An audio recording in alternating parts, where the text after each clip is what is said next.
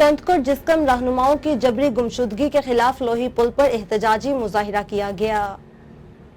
जिस्कम नौशहर फिरोज जिला के रहनुमाओं फैसल मस्तोई, अजीज बंगवार, सुहेल मेरानी और मेराट मेरानी की जबरी गुमशुदगी के खिलाफ जिस्कम यूनिट लोही पुल की जानिब से एहतजाजी मुजाहिरा किया गया। मुजाहिरे की क़यादत जिस्कम रहनुमा वली दीनु सिंधी और जिसाफ रहनुमा हफीज सिंधी ने की है।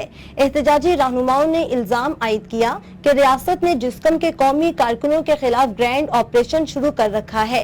कई कारकुन रियासती अकूबत खानों में कैद है। हाल ही में नौशहर फिरोज से ताल्लुक रखने वाले 4 सरगर्म रहनुमाओं को सिंध से मोहब्बत के जुर्म में जबरी तौर पर लापता किया गया है।